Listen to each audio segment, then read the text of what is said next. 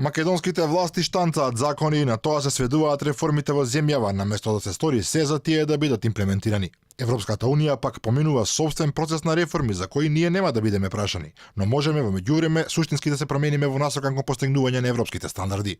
На конференцијата за поглавието 23 со кое започнуваат и завршуваат преговорите со ЕУ, председателот на Националниот совет за евроинтеграција Никола Поповски и порача на власта дека препорака за почеток на преговори секако ќе добиеме, како што добиваме од 2009 наваму. Она што треба да не загрижи е дали ќе бидеме ставени во ист кош со Албанија, која има бројни проблеми, или сепак ќе спливаме самите.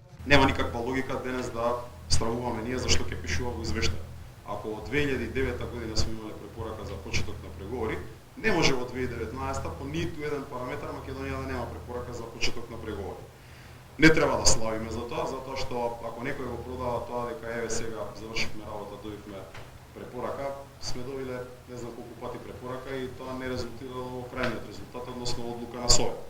За разлика од Поповски, министерката за правда Рената Десковска уверува дека земјата оди во вистинска насока. Таксативно ги наброја сите спроведени реформи и имплементирањето на сите препораки од Европската комисија и особено го истакна преземањето енергични мерки во врска со злоупотребата на АКМИСот, односно дека сега постои силен надзор врз начинот за прераспределба на предметите во судовите. Министерството за правда е спремно за почеток на преговорите и очекуваме да добиеме верификација практично на она што го работевме во изминатиот период, но и секако да направиме чекори со кои што ќе доближиме нашата земја уште повеќе кон европските стандарди со отварањето на тие преговори.